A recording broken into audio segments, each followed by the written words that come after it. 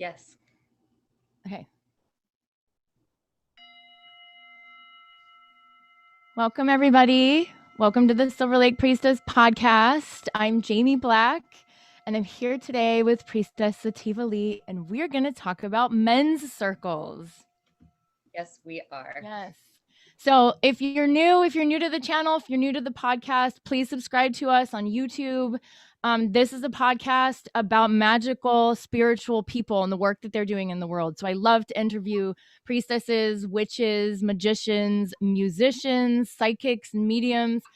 And we talk about our spiritual practice. And I find like interesting people along my journey, right, doing this work. And then I invite them to come here and have a conversation, usually after we're having some kind of awesome conversation. And then, I just am like, okay, come on to the podcast so we can talk about this. So on the podcast, we've definitely talked about women's circles and red tents and priestess trainings and all of the things that I've been part of and that I've offered. And initially the podcast was very female focused. And so I was interviewing women who were creating businesses around doing this work and really supporting and then empowering this idea of serving your sacred purpose full time as the way of, supporting your existence. And so recently have opened it up to some men. I've had some men, some musician, magical friends on the show. And so I do feel like this conversation that we're going to have tonight is going to open up a conversation, with others. But so women, right, get so much out of the experience of being in a women's circle. But what about the men? So that's they need it too. And many of them want it. And many are like, well, can I come? And I want to be in the circle. And so there's also men who's doing this work. But in our conversation, we were talking about the work that Sativa is doing with men and how she got called into doing that and what exactly it is that she's offering. And then what is, the difference between a man-led men's circle and then a female, like from the female perspective, woman-led men's circle. So we're going to talk about all of this. Welcome to the show. I like to ask everybody about their path and how did they started. And since you are a priestess serving at the Goddess Temple of Ashland, I would love to ask you, how did this path like open up for you, and when did you start to identify as a priestess? Ooh, that is a great question. And it's pretty funny to me, because when I was a child, people would ask you, what do you want to be when you grow up? And I would tell them I'm a fairy priestess. And I didn't know what the word priestess meant, but it just came out of me. I remember saying a few times, I'm a fairy priestess. Like, I saw myself as the she being that I am. And so not knowing what the word priestess was always drawn to nature, was always drawn to the forest, was always drawn to anything having to do with the fairies. I'm Irish. My grandma taught me a lot about the mythologies, the Irish mythology. My mom, definitely instilled a lot of that in me as well. So the story of the unicorn, the story of the fairies, the little people, that's always been a part of my life. So I think I was drawn in that direction initially from that, like ancestral wisdom. And then I would say around 12 years old ish, I really started to like interpret my dreams more. And I started to look into what my mom was starting to bring more into my field, because we did grow up in a Christian evangelist Baptist, reality. But my mom and my dad were both kind of what we would say is the black sheep, where although they did go to church when they were younger, and we still went to church when I was a kid with my mom, she still like had these open beliefs and still would look into the occult or into the esoteric a little bit more. She had runes, and that was the first thing that brought me into like tarot cards, was actually runes first. But I think around 12, 13, I started reading her books, and I started like kind of delving more into the esoteric side of things. And it just really drew me into this lifestyle and into ceremony. Life is ceremony. So the Goddess Temple was also my mom. Is a huge part of the reason why I walk this path. In the last few days, we've been talking about how powerful it is for her, because she loves everything that I am doing in my life. And it's things that she's wanted to do more. And she does her own, she has been involved in the Goddess Temple. And right now she's learning art therapy with Sonia Sophia, this amazing, beautiful style of painting your inner muse or your inner beings. Anyways, it's super powerful work. So my mama is the main reason why I walk this path. She taught me well, and I'm so blessed and so grateful that she walked that way with me. So the Goddess Temple just kind of showed up. I started going to full moon circles with my mom and the elder women that were at the time in their later 40s, early 50s, because there wasn't really any like witchy circles with people my age. I mean, yes, we definitely had a little shop in Bend that I worked at, actually, which was like our only real little metaphysical shop where you could get candles and incense and tarot cards and stuff like that. But a group of women or a group of people in my age group that were actually holding full moon circles or women's circles, it just wasn't really existent in my early 20s in Bend. So I searched it out, and my mom had, the elder women that were doing it still. So I just kind of went with my mom wherever she was going. And this beautiful woman who's now in Lincoln City, her name is Barbara Stott. She is also I think a psychologist or a therapist. She did sand trade journeys. She was the one that was doing tarot readings, which drawn me into that. And she was the one that mentioned that she found out there was a goddess temple here in Ashland.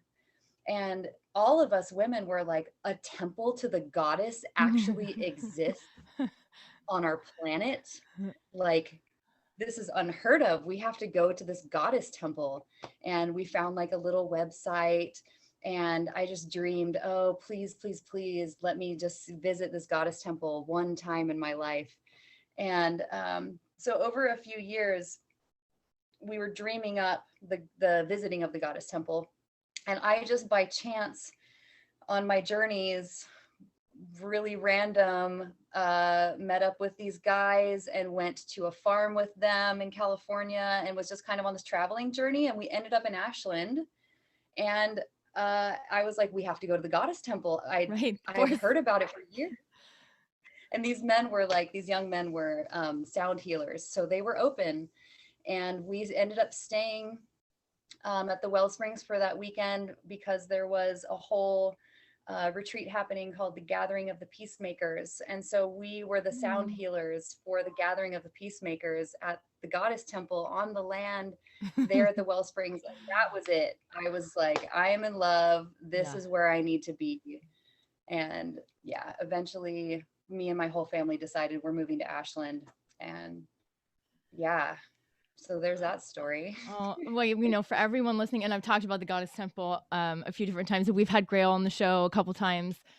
It's such a magical place. It's whether you're into this, if you're already into this kind of thing, and if you're into the mystical and you have connection with the Fae and all of that, and you come to the Goddess Temple, you're like, wow, this is real. And of course, Grail has done this work in connecting these pieces of land to Avalon, which is a place that I'm super connected to because they've been over there a lot. But even if you didn't know about any of this, and then you showed up in this place, it's so magical.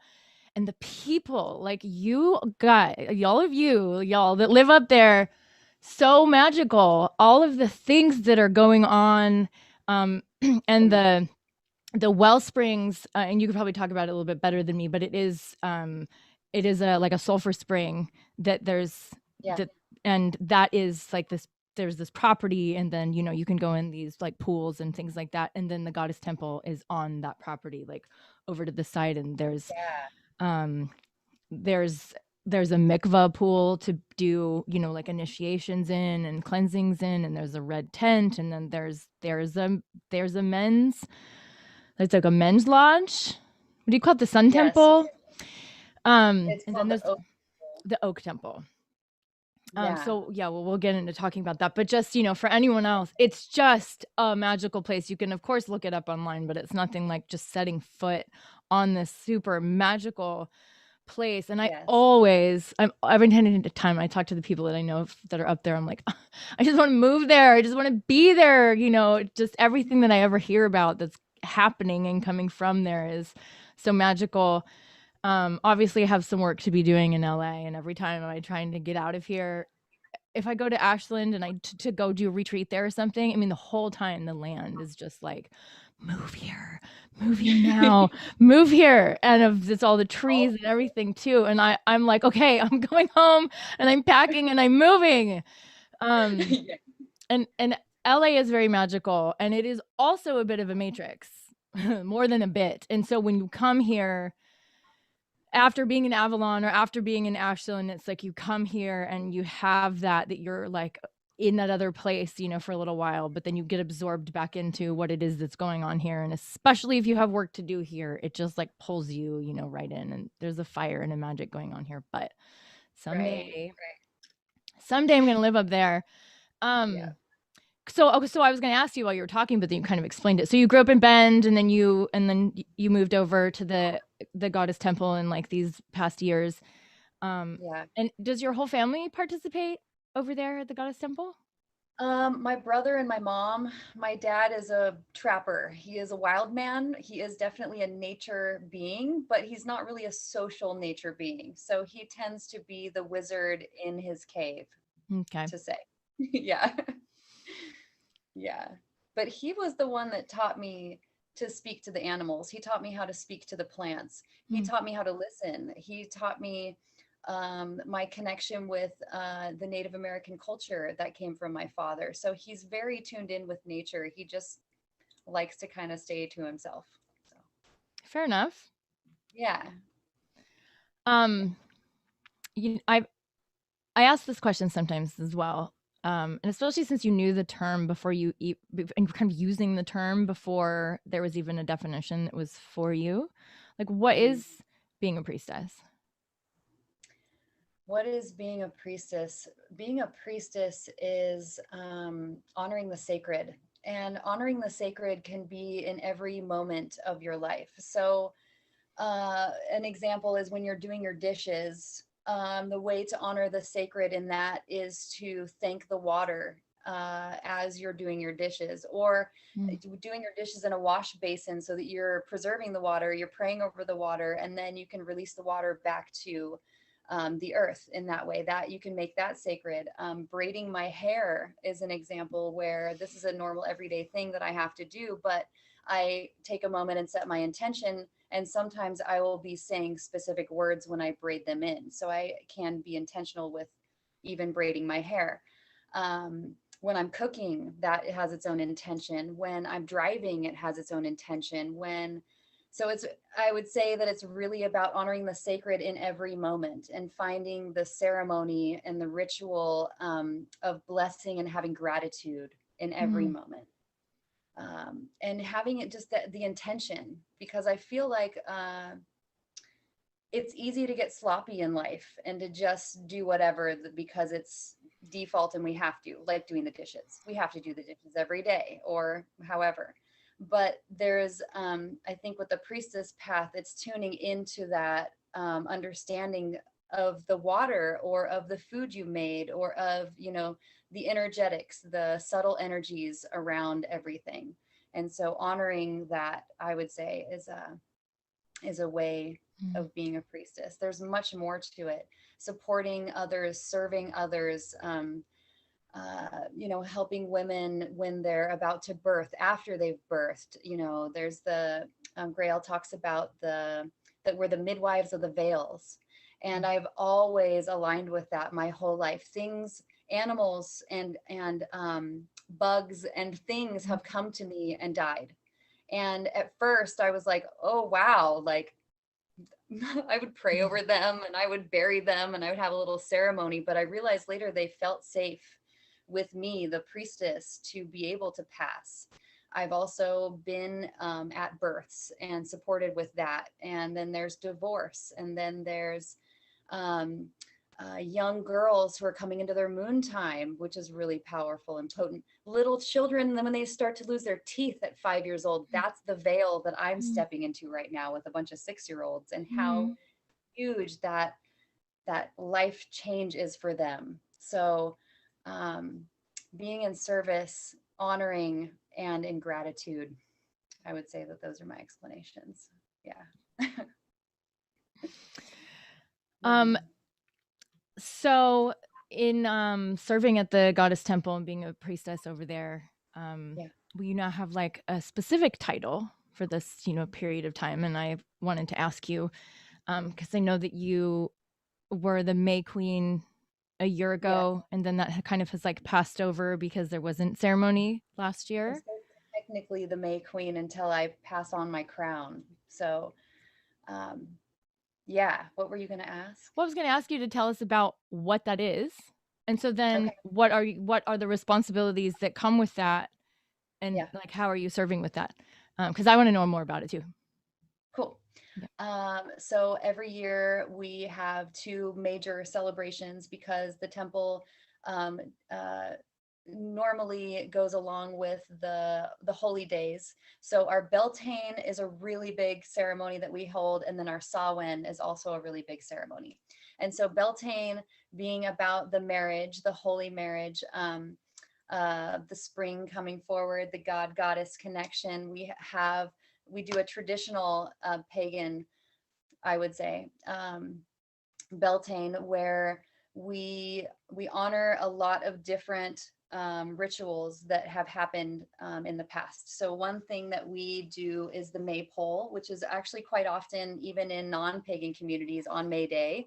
The maypole will go up and people have the ribbons and they'll do the beautiful dance, and it's just the honoring of the spring. So we hold that ceremony as well, but we do it in the ancient ways, where we have a maiden, usually a maiden in our community who is the closest to her first blood, her first moon. That maiden is the one that climbs the pole. So the tradition is that the men will choose the pole, as the pole represents the masculine and the phallus. And so they choose the oak, usually an oak tree. And some years they carve symbols into it. There's always different men that do this, so it's kind of different every year. The year that I was May Queen, we had a different oak tree, and it was such an interesting ceremony, because there's like serious tradition, and I think this year we broke a lot of tradition. We bended the traditions. So for example, the men usually will choose an oak that is old and is ready to be taken down, like pretty obvious. The men that are part of our oak temple, there's quite a few, either part of our oak temple or just part of our community. They usually feel like they want to honor the traditions in the most traditional way. So they love to chop down the tree with an axe. Well, this year was a little different, and the property they usually find the tree on wasn't available. They had to choose a different property. Then they realized that they were going to have to take a live tree, and there was some energy around that. And then they also didn't have enough axes to chop down this live oak, and had to use a chainsaw, which became its own energy as well. So love how the men worked this out, put down their like strict traditions, and allowed the flow and honoring, and prayed in their own way to the tree, apologized, thanked, and whatever, and then took that tree. And when they did, they also carved thank yous all around, and it was beautiful. What I was told what happened, but definitely that it was like a harder thing for them, that they had to bend tradition and take a live tree and like use a chainsaw, and like that was hard for the men, because they don't want to. There's part of that like healing that they needed to do, I guess. So that came up. The tree was really crooked, which was great because it was easy to climb. But here's the thing, we had a very non-traditional Beltane because a man recently a few weeks before that had showed up on the land and was really feeling called to work on his inner feminine. And it was something that was very powerful for him. And I held space with him quite a few times so that he could talk about what he was going through and how he wanted to feel honored in a certain way. And so it was, you know, it's a delicate subject for a lot of people, even especially men. And so he voiced to me about a week before that he really wanted to be the maiden, that he wanted to honor his maiden, and he wanted to be the maiden and be the one that climbed the pole. I thought that was amazing. I was like, yes. How cool would that be? And I love kind of breaking traditions or bending tradition. I think it's really powerful when we show up in our own way and like bring whatever we have to the magic. I think it makes it a little more potent when it's not necessarily cookie cutter. So for me, I was like, I think this is beautiful. We had a couple other people that were like, okay, we can work with this energy. And then when the morning came of the ceremony, I always help with the children. And this year here's what happened is that this man showed up and said, and he's in his early 30s, I want to be the maiden. So there was like, okay, well, he's a man, he's in his 30s, he's not a woman. We want to honor him in a way, but is this the way? And so those questions were coming up. At the same time, we didn't have any maidens in our community that were at that age that they had started their moon. There was about 3 young girls, 10-ish years old, almost 11, and none of them were quite at that point. They hadn't started their moons. So we were like, we don't really have a maiden yet. And so if someone in the community shows up on the Beltane day and that young maiden is the one, then she will climb the pole. And if no maiden comes forward, then I guess this man is going to climb the pole because we have no other maiden. So the morning of the pole, the men showed up with the tree and brought it to the land. And I came early. I was fresh in a relationship with a woman and I was so deeply in love with her. And I had been skipping Beltane ceremonies for like 5 years because I was celibate. I wasn't in relationship. I love my community and I love supporting with our Beltane ceremonies. But for me personally, I wanted to respect where I was at by not showing up to the Beltane, by holding my own Beltanes for myself. It was just something that felt right for me. So being in this new relationship and in love and Beltane showing up, I was like, I am going to Beltane. I am all in. I want to be the queen. Like I was diving in. So I ended up being on the land quite a bit the few days before getting ready. And then that morning I was there pretty early. And the men showed up with the pole and we were praying over it. We were doing the prayer before we moved it to its position so it could be propped up later during the ceremony. And we had to like really take some time to pray with the men. This was really, really huge for me. And I think that it's part of the reason why I'm on this path now with the subject we're going to be talking about. Because when this young man came forward in his complete authenticity, wanting to be the maiden, to have his maiden honored, it was like so potent for me and so beautiful. I was like, wow, yes, I can get on that. Like that's a beautiful thing. Well, for some of the other men, it was just difficult in their own way. I mean, I don't fully understand because I'm not them and I don't know their stories, but we had to have a pretty clear discussion over the pole about and I was the advocate because the men were speaking about this tradition and how important it is that we have a young girl climbing the pole. It represents fertility. It's all about the fertility ceremony, you know, it's part of it. So we make a wreath, a big wreath. The maiden climbs the pole. She places the wreath over the top. And then when we dance with the ribbons, the pole or the wreath moves down the pole. And it's a representation of fertility, of the lovemaking ceremony. So understanding all the traditions and that feeling that I want to honor that you men really want this tradition to be held. I hear you, but I also feel like it's important that we honor this man that has shown up on our land, who's willing to be vulnerable enough to say that he wants to do something like this, which is big and brave and scary. And, you know, it's kind of a big deal. So we kind of made a deal that if a young girl showed up that day that had her moon, then she would be the maiden. And if the young girl didn't show up, then this young man, he would be our maiden.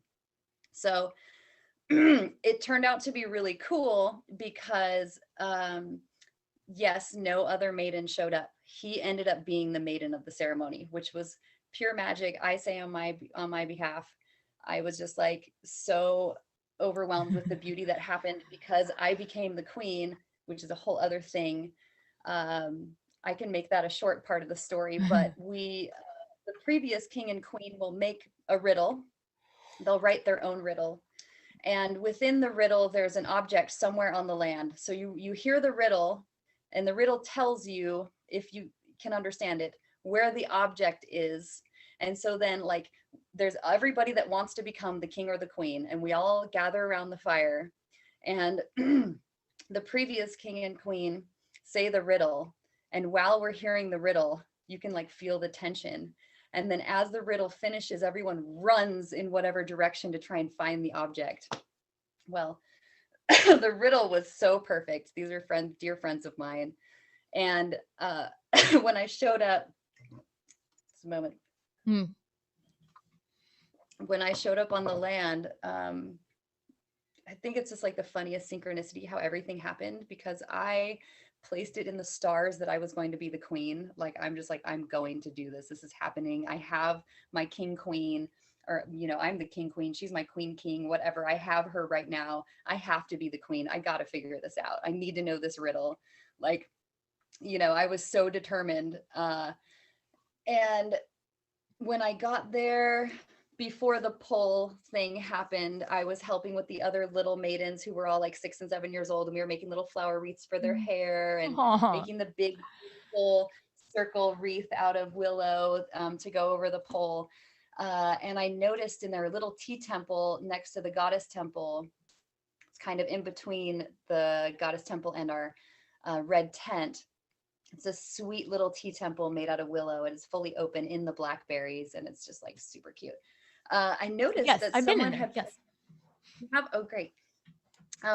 There's this cement like garden slab that I was gifted at a festival on our land, on the back land. Anyways, it's technically mine, but like I just kind of put it on the land somewhere every year, and sometimes it gets moved around. I don't know. It's a painted, beautiful like garden slab. So that morning I noticed that it had been moved into the tea temple and placed there, and with all these little teacups on it. And I was like, oh, that's so cute. I love that they moved it there. I just noticed it. I don't know. Went around in the morning with the girls, did the thing with the pole, blessing the pole, praying with the men. And then the ceremony starts.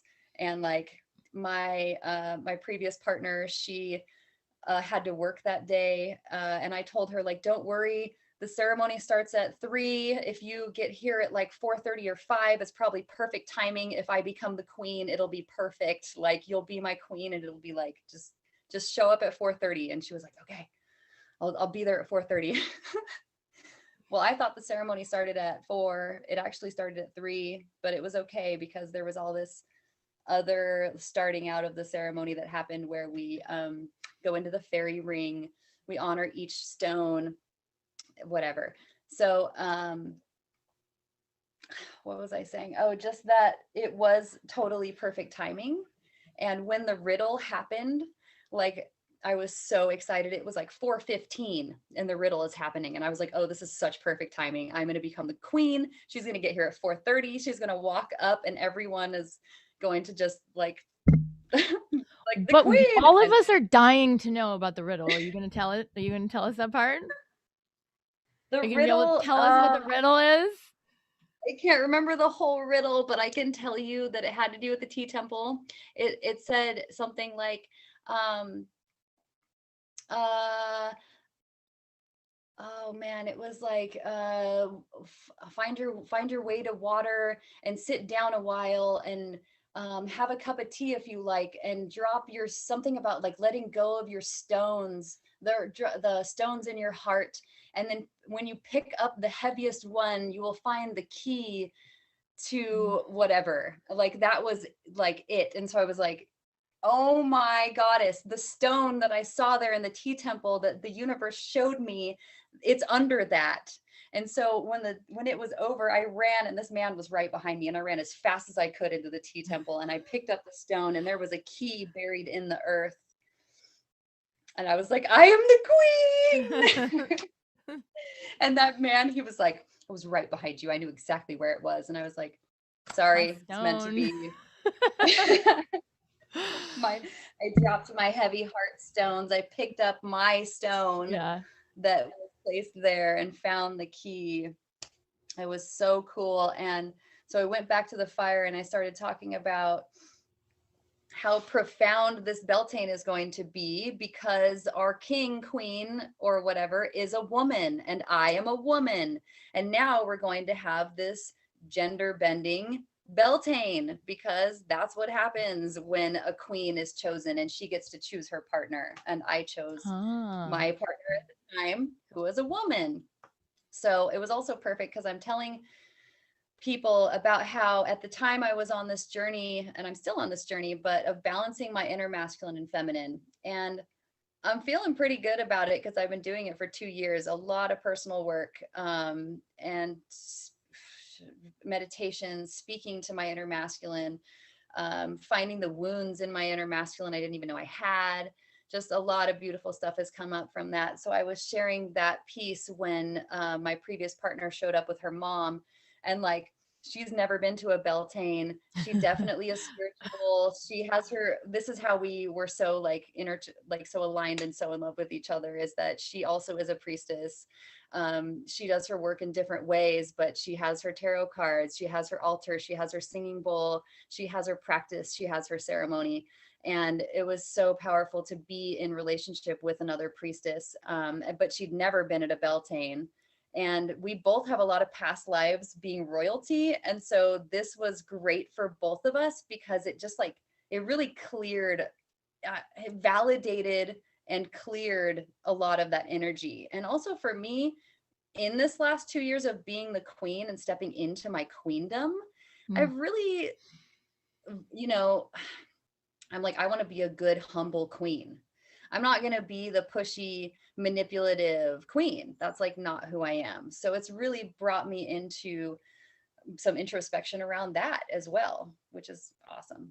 But yeah, Beltane was beautiful. We had 2 women, and then we had a man climb the pole, and it was life-changing. It was super beautiful. And there was quite a few people over the months that thanked us at the co-op and at other places. Thank you so much for being 2 women at Beltane. Thank you for like shifting that narrative, because there's always like the man and the woman. It's the sacred marriage. Like, yes, but what we were experiencing and what I'm still integrating into my body is that we all are both male and female. And being in that relationship with her was powerful because we both acknowledged both within ourselves. So we were talking about how it was like becoming what's the gender whole, where there's gender fluid, and there's gender binary and whatever, all the things, but there's gender wholeness, where you're able to find that divine androgyny, where you understand the masculine and feminine within, and you can meld and bring both aspects together as one, as a whole being. So me and her were working with that energy in our relationship, allowing each other to step into the feminine or the masculine, and whatever felt good in that moment. And people thanked us for that. And it was really, really beautiful. There was a few elder women who were dear friends of Starhawk who thanked us and said, we haven't had 2 lesbians or 2 women at a Beltane in 30 years. And we're just so happy to see that represented, because it's always, at least in, as I've heard a lot, is that it's just like a man and a woman. I feel like our Goddess Temple is really inclusive, extremely inclusive. Right now we're working with, we actually have a woman holding a men's circle on our Wednesday night, Lucia. Haven't met her yet. But she is a woman holding men's circles. A dear friend of mine and I are holding gender inclusive circles where anyone is welcome. There's definitely a need for a welcoming space for the transgender community. I've noticed that I myself, feeling very gender neutral and very fluid in my gender expression, I feel comfortable in women's circles and I feel comfortable with men. But I know other people who are either claiming or not claiming, but who align with like the two-spirit or gender binary, don't necessarily feel comfortable in a women's circle. And maybe they also don't feel comfortable in a men's circle. So we're trying to create this central gender fluid circle where we can speak about our inner feminine, inner masculine, that kind of work. So that's happening as well. And I'm really connected with the transgender community. I mean, not super duper connected because we have a whole transgender community in the college I haven't even stepped into. So that's a big thing that I'll probably move in that direction. But I just love humans. I just love them all. And yeah, I really feel the call to work with the men right now because I feel their vulnerable hearts. I have quite a few dear friends that are men, and yeah, I just see this where our tools can really support them to open that vulnerable space, to speak about their emotions, to go into their inner child wounds, you know. And a lot of the tools that we have in the goddess community, I think could be very supportive in the men's community. I know that there's the Mankind Project and there's other movements and circles for men, but I've definitely heard from quite a few men how they want to have like their own red tent, or there's a thing happening where the men want to honor their inner feminine, and so they want to be with the women in a men's or in a red tent. Or so this is a whole other conversation, I think, and like a little bit different, a little bit bigger, but there's still that want. Like even my brother was like, I want to come to your women's circles. Everything that you're doing, you tell me about, I want to be a part of. So well, people like to sit in circle. That's right. That's such a it's an old thing, right? It's a thing that we would do more normally, like when we lived in tribes, or maybe when we lived outside and people were like gathering around the fire and sitting together. Yeah. So that's one of the things that happens, I think, for anyone when we first sit in circle. And so the thing that's awesome about all of these different circles going on is that it allows for, like, because there's so many different things that can happen in circle, but one of the things that is awesome to happen is to experience the connecting point between you and whoever else is there. So it's like women are wanting to connect with each other as women and like bridge all of these like broken bridges, right? Like all of the separation that's happened through time with women and the religions and the patriarchy and all of that. So, and so as that started really becoming like this thing over the past, however many years that this has really been going on, but that the healing that has happened there, and then other people that either have got to come to the circle or hear about the circle want to experience that also. And so sometimes, and the point is not for it to be exclusive, like to feel exclusive. The whole point is that you feel so connected, and you realize as you're listening to everyone share that maybe this person over there that initially you were like not feeling like connected to that person, or maybe you were feeling really separate from all the other people that are there, and you're like, I'm, the odd one out or something. As soon as everyone is sharing, you are just identifying with all of these different people that are there and the ways that they're sharing. So having circles just in general, I think just having circles for people in general is super awesome.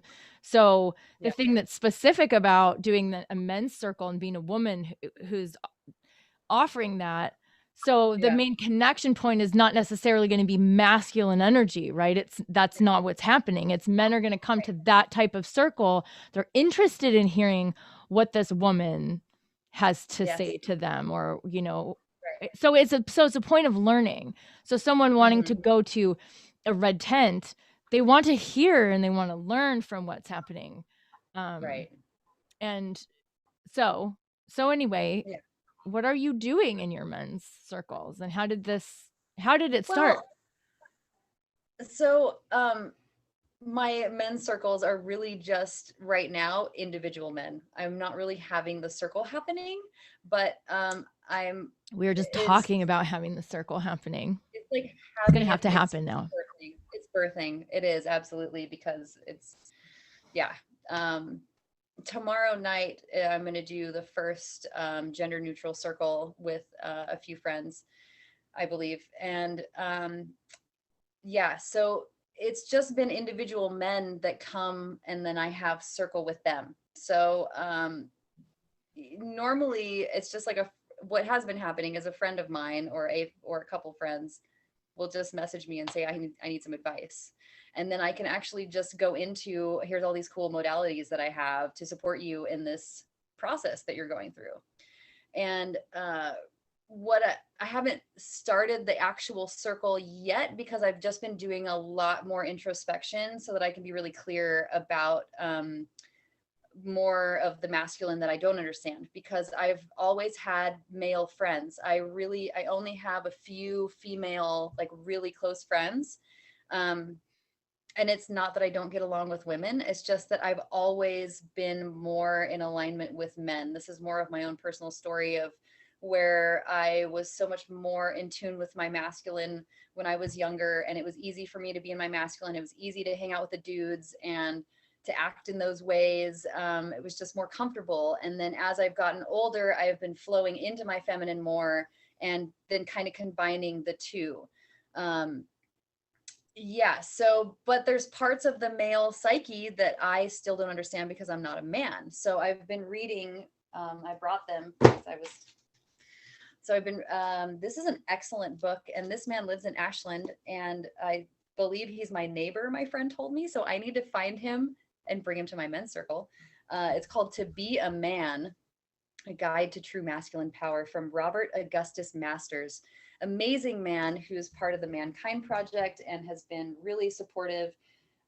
He talks about what it means to be the warrior in the aspect of the man. So what I'm learning is that there's these key, I have multiple books, but this is what I'm getting out of it with the mythology and the psychology, is that there's the king, the warrior, the magician, and the lover.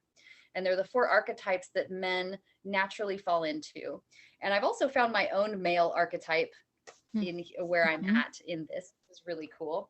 And then I also have, this one is called King, Warrior, Magician, Lover by Robert Moore. And then I have the Grail Castle, which is male myths and mysteries in the Celtic tradition, also about the king, the warrior, the magician, and the lover. So there are different mythological stories that the male psyche has been playing on those stories for a long time. So the greatest story that everyone, for some reason, we are all on this story right now, is the Path of the Holy Grail. It's the story of Parsifal. And so Parsifal was a knight who he left his mother to be a knight. And the whole time he was going through his knighthood and becoming a knight, he's trying to get back to his mother because he feels really bad that he left her. So he has this mother wound, and he's just trying to get back to his mother. Well, he finally is on this journey to get back to his mother, and he gets to this river, and it's so big that him and his horse can't cross the river. And he sees a fisherman on the boat. But he realizes that the boat isn't big enough for his horse either. And he kind of says hi to the fisherman, and the fisherman says, well, I would help you across, but my boat's not big enough for your horse. He says, but you can stay the night at my house tonight if you'd like. And he was like, oh, okay, all right. And he said, Just walk down that road. It's up the hill. You'll see it. So the knight, Percival, starts walking up the hill and he doesn't see a house. And he's like, who is this fisherman? What is he telling me? I don't see a house anywhere. He keeps going. And all of a sudden he sees a castle. And he's like, there's no other houses. I guess I'm going to the castle.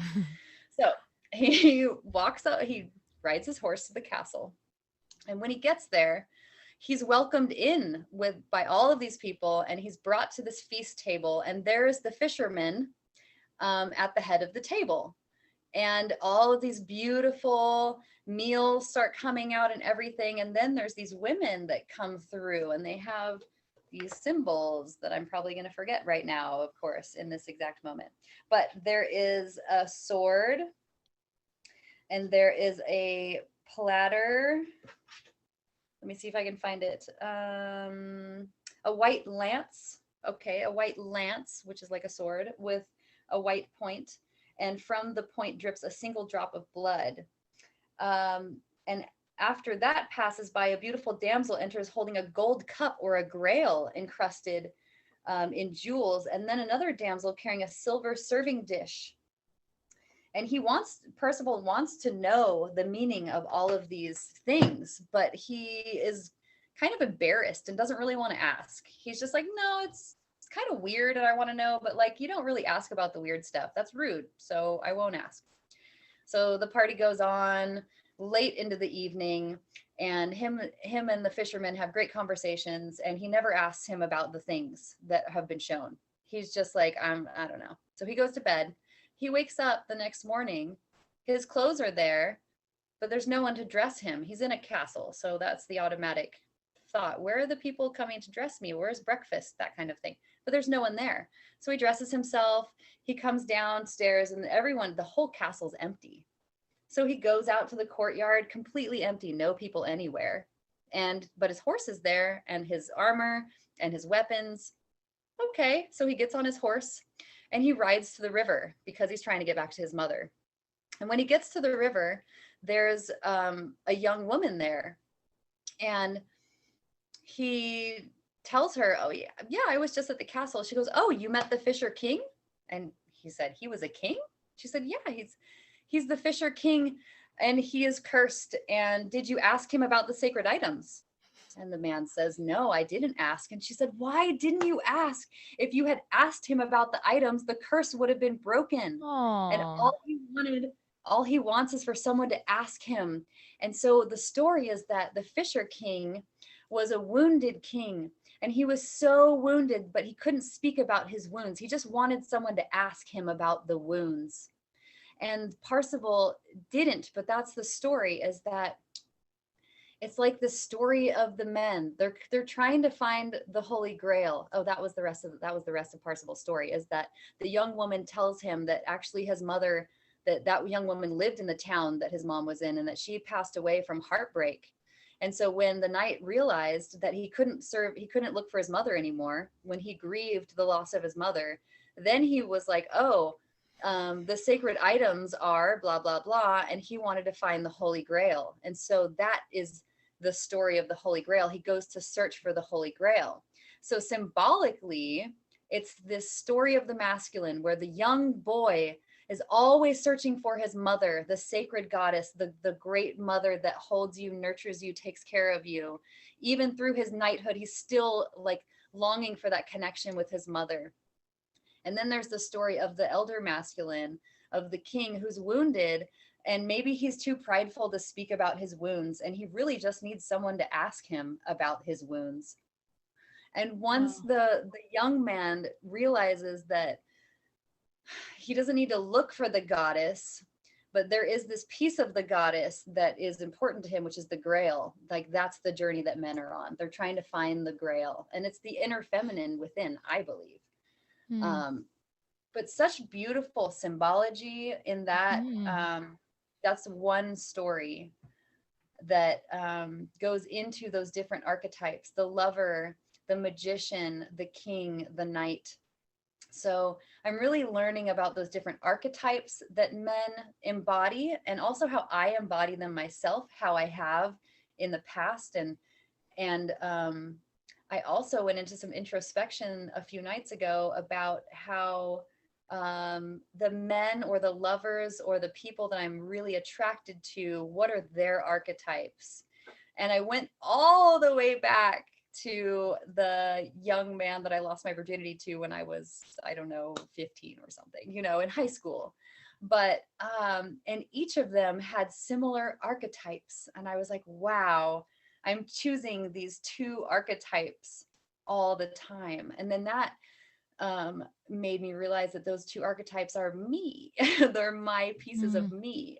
So it's so potent medicine, just this journey I'm on. And I want to support the men because I understand where it's hard to be vulnerable and speak about your emotions. I understand that piece.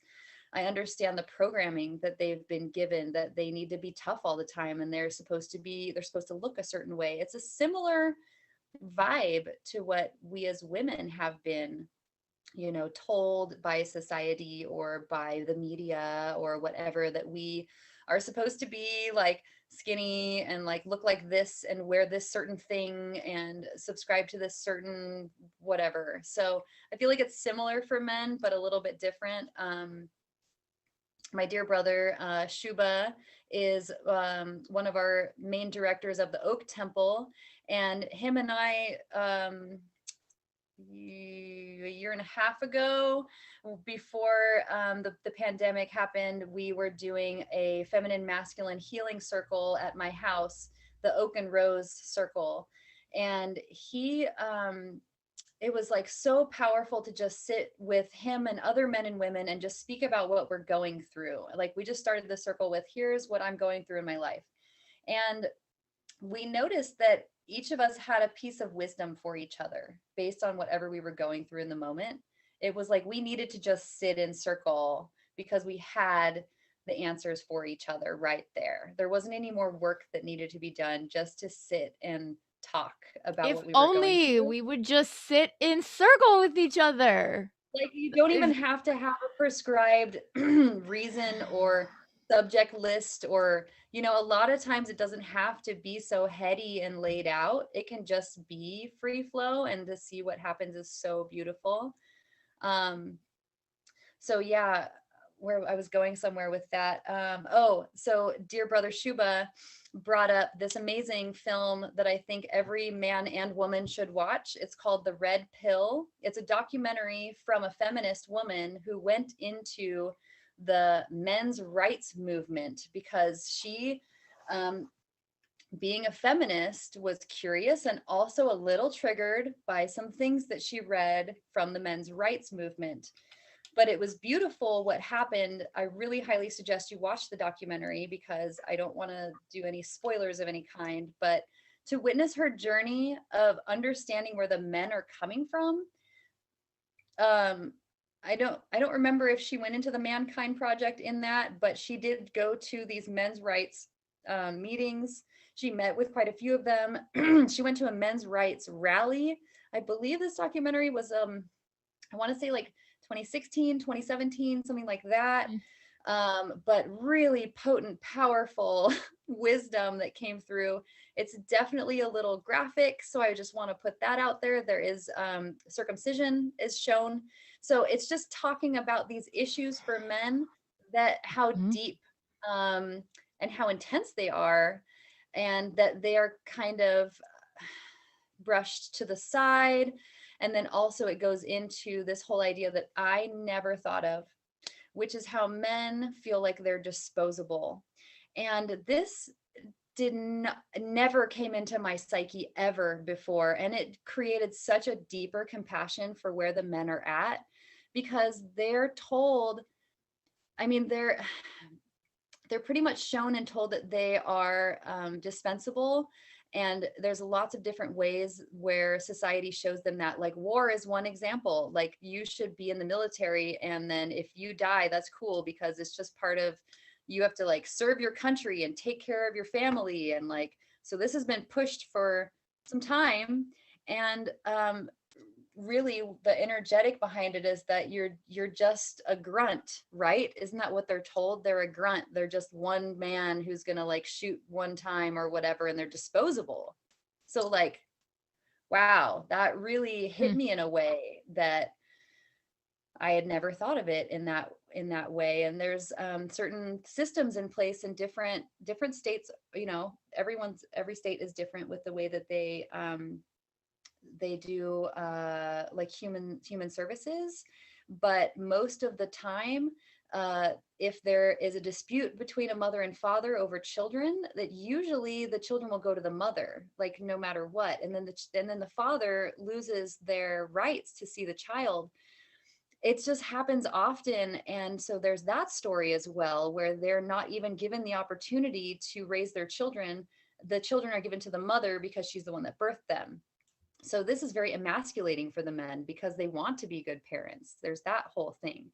um there's so much. The red pill really speaks into that, and it's so powerful. So I suggest that right away if you want to maybe dive a little bit deeper for your own personal introspection around yeah, men's vulnerability and where they're coming from right now. So that has been really big work for me. Yeah. So interesting. I haven't seen that, and I've heard about it, but I actually didn't hear what it was about. So I have it right here. I'm gonna watch it. Yeah. But it's so interesting to think about those archetypes, because so women that do this type of work, women that sit in circle, so we know about the archetypes. We know about maiden, mother, crone. We know about the queen archetype. We know about the lover archetype. Yeah. And so it was interesting I haven't read any of those books, and to hear those different archetypes, and then also to see which ones that I felt like I identified with, but also just to think about, wow, I just didn't really think about the lover archetype, like for the man. There's two people on the card, on the lover's card, even though actually to me that card really isn't about like lovers. But as far as the artwork and everything, there is the symbol of the two, and we're looking at, one half and then the other half. And so in that way, I mean, of course, right? So there's a female lover, and then there's also a male lover. And also I totally have had the experience of being in a relationship with a woman and then having that access all kinds of completely different things within than it does being a woman and being in a relationship with a man. And one of those things is just that it's the normal thing, right? It's the normal thing. It's what people are supposed to do, that kind of.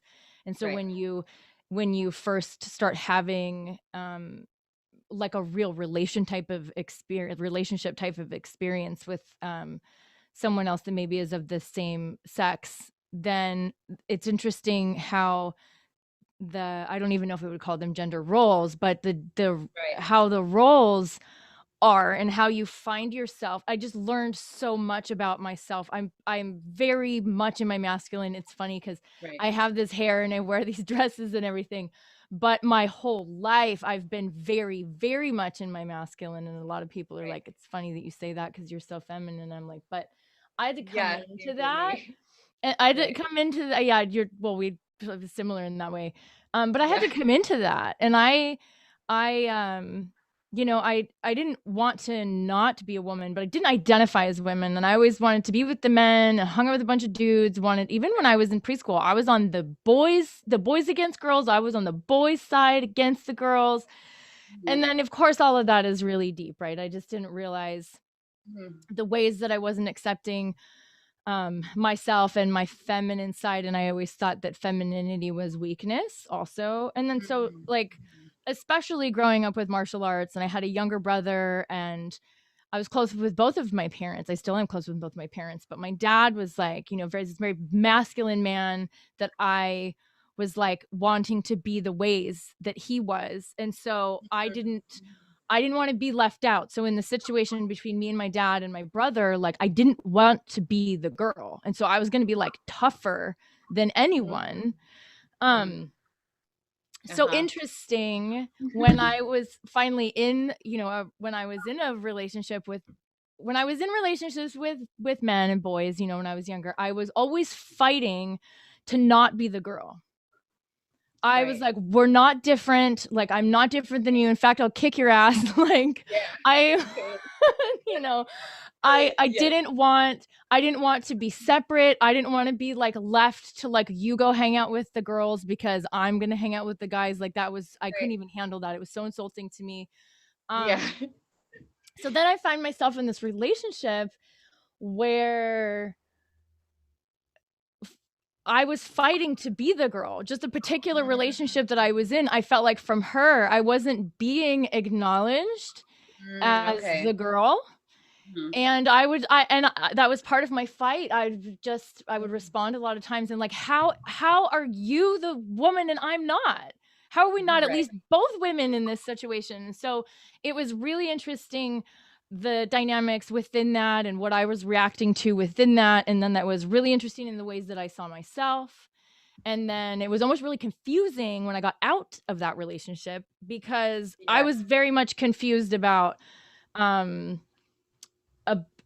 how I identified. And then I really wanted to just be all one way and just maybe just only be into women. But then I had this other, and I'm really just like kind of open. But it was what was confusing was to be dislodged from your beliefs that you just adopt, right? From family and from society and all of that stuff that we just like learn as we're growing up. And then we see ourselves in a certain way. We judge ourselves in a certain way, don't allow ourselves to have certain freedoms. So all of that was like, it was just confusing for me, because I was also like really open and I felt like I had experienced beyond like the boundaries and I could see myself in new ways. And then it was also very confusing. And so anyway, that's just my personal experience. But just the thing about when we start to look at these different archetypes, and we start to look at the archetype of the way that we don't identify, right? So if I identify as female, but I start actually looking at the male archetypes in regards to my own self. And when you were talking about like having your inner masculine wounding, and then I was like, whoa, I haven't even thought about that. And it's interesting, all the kind of conversations that we're having about all these things nowadays. And it's allowing for the wholeness to happen. It's allowing for the healing of all of the different parts to happen. And then as you're able to heal in those ways, I mean, just even right now, I'm thinking in all the ways that I was intolerant of female behavior and my own sensitivity. And like, I don't cry. I'm not a crier. My moon is in Capricorn. I think that's the reason why. But I also grew up like, crying was not going to be the way. I was going to like be on fire and I was going to fight and whatever, but crying was not the way for me. And so when I think about the ways that like I'm intolerant of certain types of male behavior, it's like, where is that wounding actually inside of my own self? And then I'm not allowing that. And the way that I saw feminine behavior as being weak and sensitive behavior as being weak. And as I came out of that or learned different things and really understood actually that my power was in my femininity, and what I was identifying with as masculine was actually my feminine power. That was a huge shift, and that was super powerful. So what if there's ways that we can look at our masculine selves or masculine aspects as actually some of the sensitive aspects? Like, that's not how we look at it. Yes. So I did an amazing 12-week course with a beautiful man, which I will probably have to like link him everywhere and all of these things now. But his name is Leo Martinez, and he does a beautiful program. He does multiple programs, but the one that I was a part of was called Trust in Men. And this was a specific 12-week course on working on your inner masculine for women. So it was so powerful because we had a Zoom class with him once a week with a meditation or a workshop. And then we would have time throughout the week to speak with him on things that were coming up for us. But it was such a beautiful introspective process for me because I already have a lot of wisdom around like cord cutting or like your inner child work. I am very visual. I'm extremely visual. So when like I said earlier, I started dream interpreting when I was 12 because my dreams were so vivid, and my imagination, whatever, my screen is huge and my vision is like always on, like always. So it's easy for me to drop into a trance state and to have those meditations, to have those visuals. And doing his program was so great because there were so many parts that I was like, oh, I already did this work, I'm good. And then he was encouraging me, well, if you already done it, but you should do it again. And so then doing it again brought up so much more that I didn't even like know was there. And so it really helped me go deeper and deeper and deeper. And this was in October, and I really had a hard time in my breakup with my previous partner because our love was so great and because our connection was so deep and because the work we were doing was so amazing. And so when we separated, it was really hard for me. I think probably harder for me than for her, but I'm not sure. I mean, we're still friends, but I think it was probably harder for me. Just I'm a deep lover. That's who I am. And so when I moved out of the house, I still had, it was like weird timing because the fires happened here in Phoenix and Talent, and a lot of people were displaced. And I didn't find an apartment before then when I had signed, released myself from the lease. So I was kind of in limbo with everybody else who had lost their homes, and I didn't know what to do. So I stayed with my parents for a few months, which was super sweet. And during that time, I did that 12-week course, Trust in Men, to work on my inner masculine. And what I found was that my a lot of my emotional stuff is really my masculine, and my feminine is so much more fiery. But I also noticed that my masculine is like competitive, and also that I tend to choose, or have in the past, I don't think I'm doing it recently, but I tend to choose male partners that my masculine wants to like battle with, like trying to find a battle partner. It's like, I understand that. I didn't really realize what I was doing until the most recent introspection I've done in the last 6 months. A few beautiful men have been showing up recently, and I'm not in conflict with them, but it's something that came up. Was my masculine was like, well, I can't start a fight with him. I was like, oh, well, good. I don't really want to start fights. And when I was with a woman, that wasn't anywhere in the picture because she's a woman, and it was just a different energy. I was in my masculine a lot in my relationship with her. It was easy for me to come into my feminine, but I felt more comfortable in my masculine, and she would go into her feminine, which was rare. And it was just this beautiful alchemy that could happen. And I noticed certain parts of my masculine that I needed to look at while that was happening. And then I break up, and then I kind of moved out of my masculine, but then I saw where all of this wounding was happening. And here's something that is really big for me, and I've been sharing it with people. And as a woman who's been in relationship with men primarily in my life, I know there's a couple of men that we broke up, and I like broke their heart and like left, and they still called me and they were like, you're the one, and I miss you and I love you, and I like broke their heart. Well, I didn't know what that felt like. I did not know what that felt like until this previous breakup. And that was part of me that was the part that was hard, was that like, oh, now I understand what it means, like what I know what it feels like now to have your woman leave you that you love. Ooh, I felt that. Like, I get it. So I understood that vulnerable piece for men. They are big lovers, and it's hard to express the love that they have for their women. But then their woman leaves and it all comes out. And so I get it. Like, I understand that piece. It really brought me, a whole new understanding, And I'm just so grateful for my previous partner, because we shared so much beauty, and I was comfortable enough that I could do past life work with her, which is not common. I've been able to, on my own, go into past life regression type things, and they're not all the time, they just kind of show up.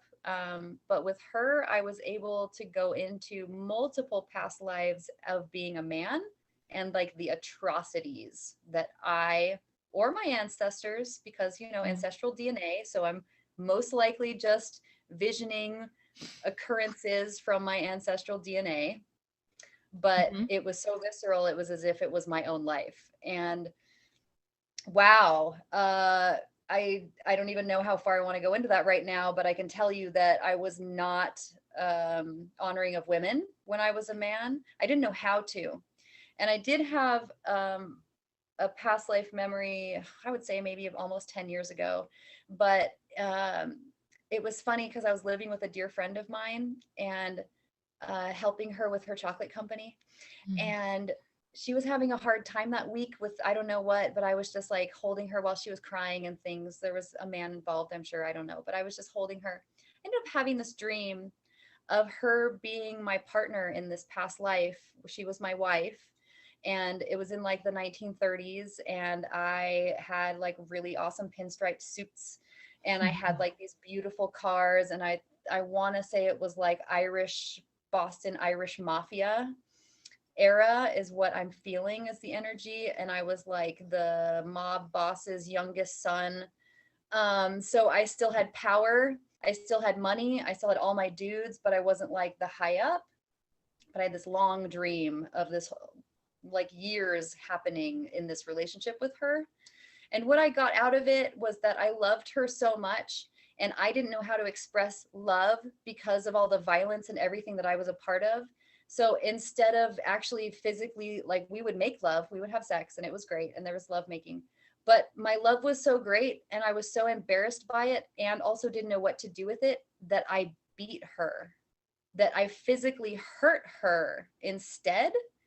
And that also gave me a deeper understanding for that time period, obviously. But that this man in my past lineage, or who I was, she was the most beautiful thing and was the greatest love of his life. But he didn't know how to show her that. And so he was angry about it. And then he would just take his anger out on her. Whew. So I ended up telling her and apologizing and like bowing to her, being like, I love you, and I see now why you're a part of my life, and however I can honor you and like make amends. I feel like part of my journey of being a woman in this body in this time is because I was a man more likely and more times in the past. It's just been part of my journey in my life as well. I was always more comfortable with the boys. I just understood them more. I felt like a boy on the inside. I've told people this, and even questioned in my early teens, 13, 14 years old, if I wanted to be a boy instead of a girl. Those kind of thoughts and things definitely swirled around. But what I got from my dreams and everything was that I'm supposed to figure out what it means to be a woman. That's why I'm in a woman's body. So yeah, that's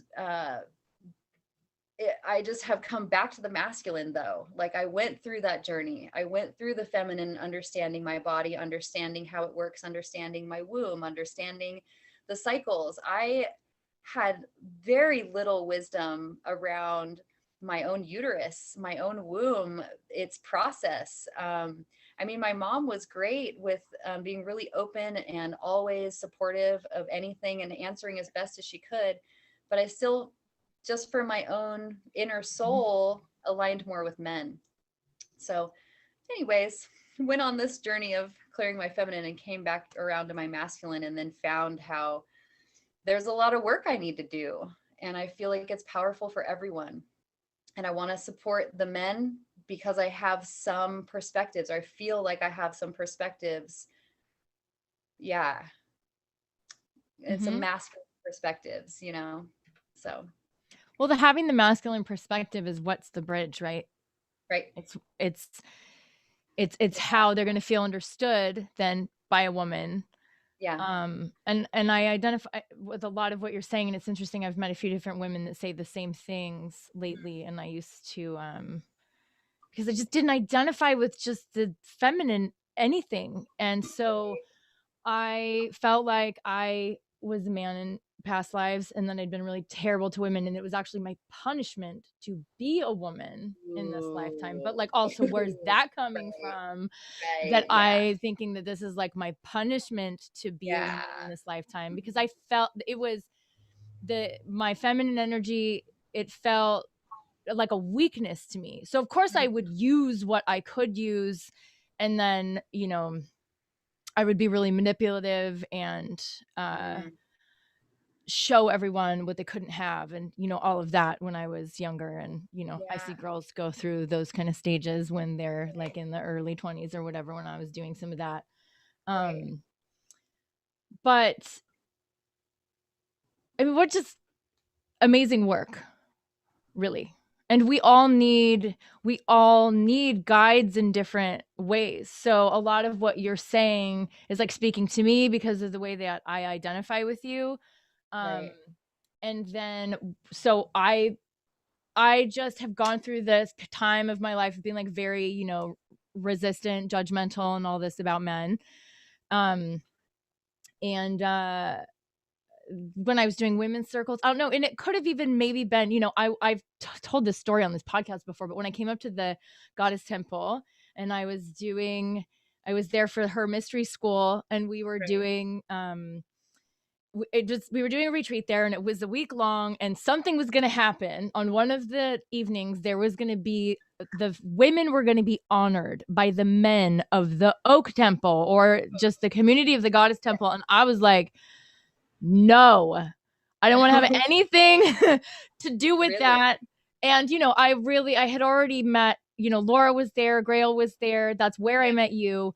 And that's when I met Jumana, like, was my first time meeting her. So the women that were like holding this training, I had already been through some stuff with them. And I was like, this is the deal. Because the question was like, is anybody uncomfortable with this? And I'm like, I am not down.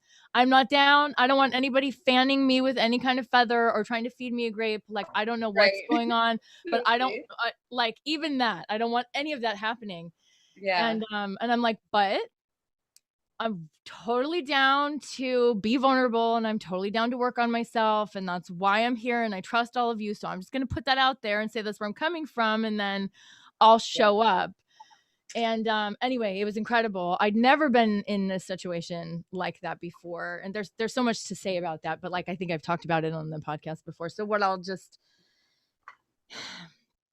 also live in LA, and not to actually make a comment about LA culture, but this culture up in Ashland and these type of men were completely different than the environment and what it is that I'm used to. Plus, Grail up there having the Goddess Temple, it's all very community oriented, and she's offering so many teachings and so many ways for people to be involved.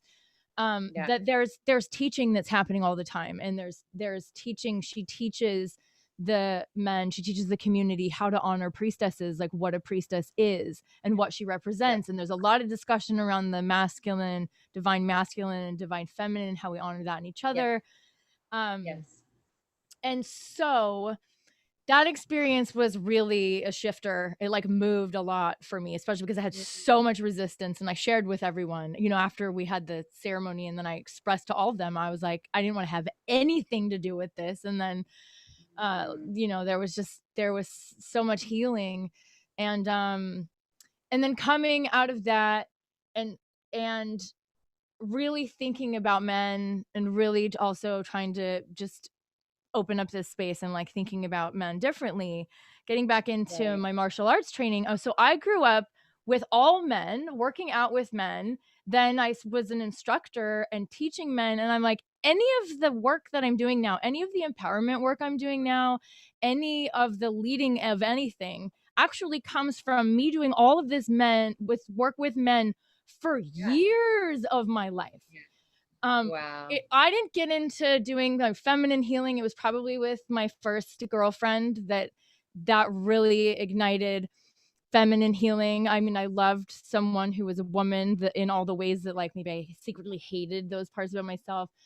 So it definitely started there, but then even still, I was another 10 years or maybe more before I got into sitting in circle with women, having like mostly female friends instead of just having a bunch of dudes around all the time. Yeah.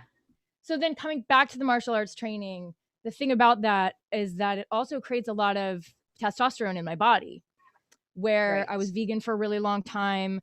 I had a break where I was kind of only doing yoga and I wasn't doing the type of working out that I was doing. So then all of a sudden having all this masculine energy in my body again and really identifying with it and then really remembering all of this. And I'm like, it's always the things that we resist, for me anyway. It's always the things that I have like a large period of time in my life, a really intense period of time of really resisting, that I'm called to work in that area. The thing I'm like, I will never do that, is the thing that I end up doing. And so I kind of started realizing all of this really strong resistance, just to, just all to say that there's nothing that I love more than like a real man.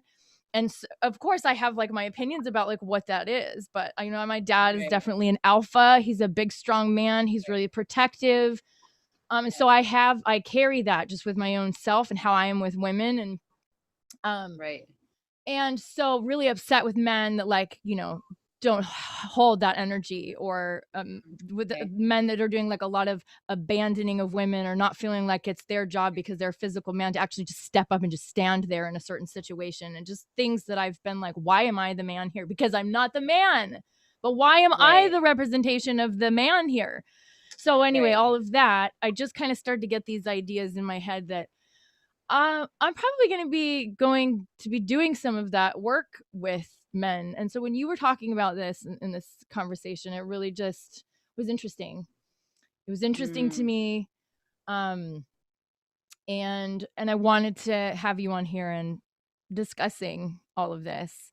And I was like, I want to go, well, this is what we're talking about earlier. I'm like, I want to go to the man's circle. I want to go and be in your man's circle. Because we all can learn from that, right? So if also you think about like women listening to this, like having been in a women's circle, there was a guy who was doing like a music video thing for me a couple years ago, and I really wanted to incorporate some of our like ritual, and he kept wanting to like come to the women's circle. He's like, can I just be a fly on the wall? And I was like, absolutely not. No, you cannot come. But to come to a women's circle, if you were a man, to come to a women's circle and listen.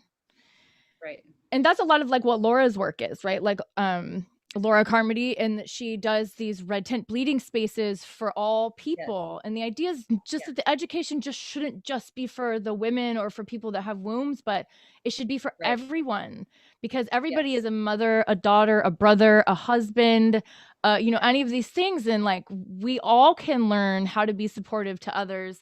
And so anyway, me being like, well, I want to be in that men's circle. Like, I would love to be reading these books. I don't have any of that information. And just how much more can we serve the people that we care about? Yes. Like, so yeah, do the work on ourselves. Also very important, is why we're here. Do the work on ourselves. But, ultimately, what are you doing with this? It's to serve the people that you love. The people that I love. Yeah. It's to share with the men in my life. And yeah, just, it's so powerful and so beautiful. I feel blessed in ways that I've been able to trust my being and listen and follow, because this has been a lifelong journey, starting with being a little girl wanting to be a little boy, and then all the awkwardness through high school. And like, what's my sexuality? I don't know. I'm bisexual. No, actually I'm not. There's so many labels now. I guess I'm pansexual. I didn't know that. I love Pan. He's a good god.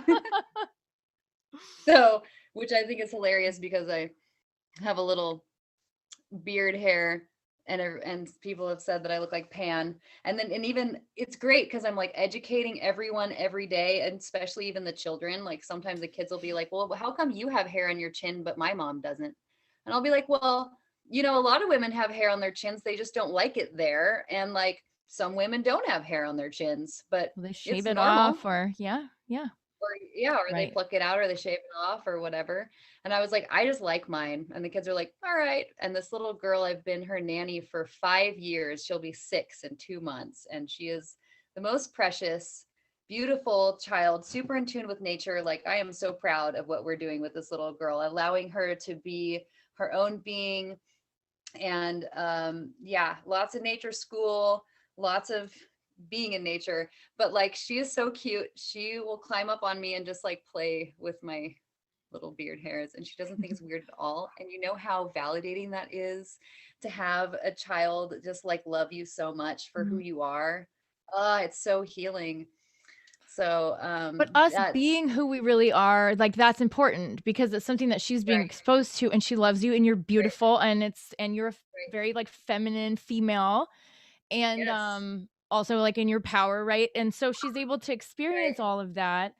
And that's the really cool thing about this time, is that right. people are like, I'm so different from that. I can't identify with that. I can't even allow you to put me Mhm. in that box. And so there's so Totally. much expression of honesty and people being brave enough, also because so many people are doing it, to be like, this is who I am. This is how I identify. I don't identify with that. Right. So I actually think that's going to be really cool.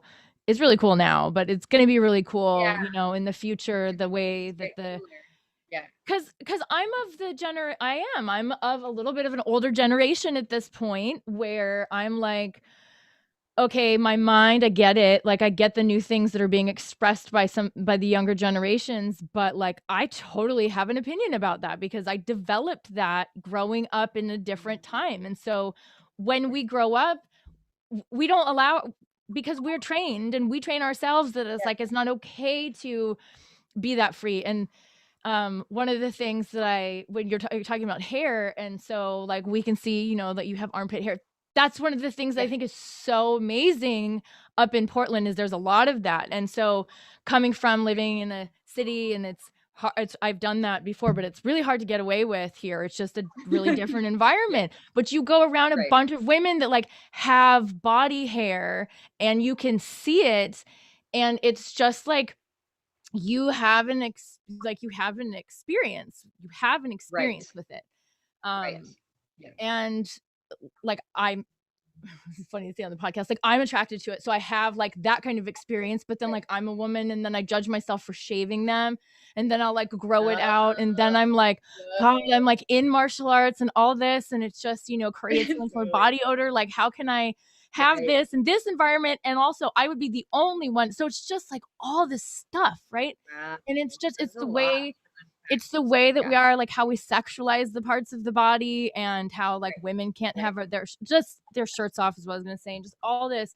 So the more that the people can see how the body naturally is, and have things Yeah. that are not okay be beautiful, and be sexy, Yeah. and be normal, Yes.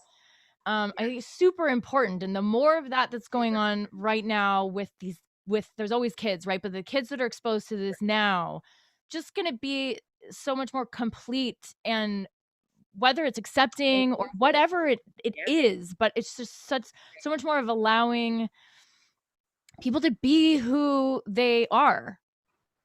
Yeah. Yes. That's why I'm so like I've been working with children primarily since I was 19 or so, either in a daycare or in childcare or being a nanny and like really being present.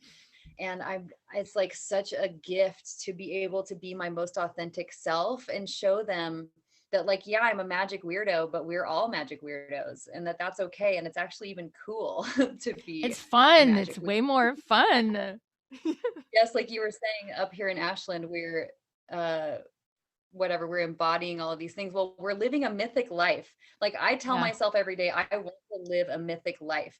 The For those of you who are watching the podcast who are curious about our Beltane ceremony, if you go on the Goddess Temple of Ashland's Facebook page and peruse through our photos, I'm sure you will find our last Beltane ceremony with me and my previous partner, and just the images are so mythical. There's a few of them that look like paintings, like they're from another dimension. It's just, this is how I want to live my life. I want to live a mythical life, and I refuse any other way. I do live like I live in the world. I live in reality. I pay rent.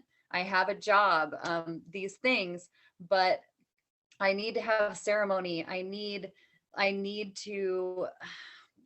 just need to have a mythic life. I recently got this tattoo, which is symbolic. This is part of my mythical life. I see all of your beautiful symbolic tattoos. Like, these are part of our mythical life. And I think that it's really powerful to embody the myth, to embody those personal stories, because the myths, we all story time and we have our personal stories. And sometimes our stories even block off opportunities for growth. So I see that stories are valuable, and I also see where they can be maybe not as conducive to growth because they're like an ingrained story. But I think they're so powerful. They're so important. That in itself is showing the story's power. So mythology is so big for me. Symbology is so big for me, because it really shows me the value of life, and it keeps me in gratitude, because as I place a value on a symbol, and then I see the symbol around, it's validating, it's supporting, it's like this healing journey I'm on by just living this mythical life. So I'm just in so much gratitude with how it's all come together. And I love how we met each other like one time. And I just wanted to bring this up because it cracks me up how I meet people sometimes and you're like, oh, I know you. I've known you for however many lives. And then our conversation that same day was, well, we should just live together. Yeah. Okay. Let's just move in together.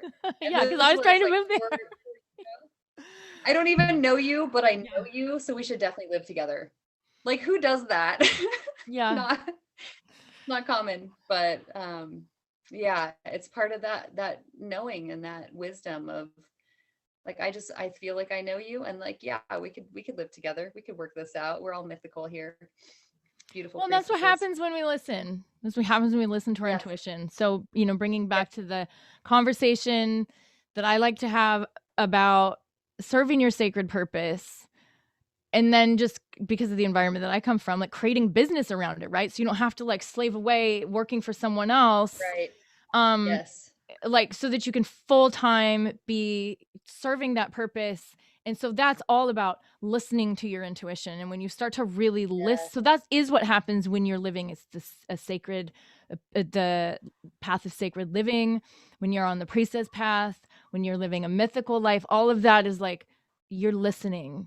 And you listen to your dreams, and you listen to, what you believe about what's happened to you in your past and where you're going. Right. And you're even allow it to be really flexible what's going to happen in the future. But you listen to like all the ways that you're guided and what you feel called to be doing. And also being very expressive in how you dress and not wearing, the typical like jeans and t-shirt. Like, I won't even wear any of that stuff. It's not like the style that I like, but at one point I just realized the way that like constricted my body, it didn't allow me to move in the way that like my body wants to move. And so when you get into this, it's like all of these things kind of be part of it. It's why when you look at people that are living this way, they are like artistic and they are wearing a little bit more of like crazy or interesting or whatever. It's because it's part of the expression, but it's part of listening. And it really just allows us to have a really beautiful experience in life. And I also live, in the middle of LA, and I still allow myself to have that experience, and I allow myself to have that experience here. So you also don't just have to be in a place where there's a bunch of people around you doing the same thing. It's like, it just starts from within. You do it in your house, you do it within your own clothes at home, and then you just, kind of move out in that way. And, so, well, I'm so glad that we met, and that to have you here and sharing all of this with all of us. The things that you've been talking about definitely are very inspirational and very moving to me and very activating. I want to read those books that you were showing us, and I do want to come to one of your men's circles, and so I want to make sure that you do that. Like, it's the full moon, we're having this conversation, it's time for you to just schedule it however many people are going to come, because the thing too is, and for any of us that lead circle, you know about this, you learn so much because the circle is about whoever comes. And so really all that one needs to do is just declare, I'm going to hold this container, I'm going to have this circle, and then the information people, because we all have the answers for each other. And so everybody's just going to come. And so since you are on this journey right now of balancing yourself and really learning about your masculine aspects as well, I mean, what this is really going to be is also what you're sharing and giving, but like what's going to come for you and the education that's going to come also from like a real teacher, right? You're sharing feminine information, you're connecting with them in the way that you're identify with your masculinity or understand theirs because you understand yours, but they're going to come in with this information for you that's going to help you in your process, right? So I'm excited to hear about that. Awesome. Yeah. And I'll be sharing with everyone here. I'm going to ask you to just to like share with us how people can find you, if they want to follow you online, if they want to do any personal one-on-one work with you. I will put all this, just for people who are listening just to the podcast, but I will put all of this information in the video on YouTube. You'll be able to find it on Facebook. And as you do new things, like I'll update your information so that people can, always find you. But yeah, please share with us how we can find you. Okay. Oh, now? Yeah. Great. Yeah. Well, I'm Sativa Lee on Facebook. I am on Instagram. It's Oregon Sativa Fairy. Yes. Oregon Sativa Fairy. And I think that's the only two places I am at right now. I am creating a website currently, but you can also always get a hold of me through the Goddess Temple of Ashland on Facebook. That is a great way. And then, I think Facebook and Instagram is probably the easiest. Okay. And I do think I have your email too in here. Oh yeah. I'm the Oregon Fairy. That's who I am. So, OregonFairy@gmail.com is my email address. And Facebook, Instagram is probably the best way to see what I'm offering. I will be putting most of it on Facebook. So, yeah. Awesome. Yeah. If there's anything else that you just want to like say to everyone, like as we close out, I always like to give. You've shared so much with us, it's been really awesome. And you've shared so much about your personal experience. But sometimes I'm wrapping it up and somebody has something to say. So, just if there's anything. I'm just super grateful for this opportunity to speak with you and to be on your show and just connect with you a little bit more deeper, because we definitely have a lot in common. And so I've had this like longing to reach out to you. And, I just wanted to bring this up because symbology was coming up in our last little quip of knowledge. And I went to my storage unit last week to just I'm in a clearing process. I just moved into a tiny studio. This is the first time I've lived alone in my whole life. And I've been waiting for this for like 15 years. So it's huge, unpacking, and like, there's so much happening. So anyways, went into my storage unit and I found a box, and inside of it was your CD that you gave me when we first met.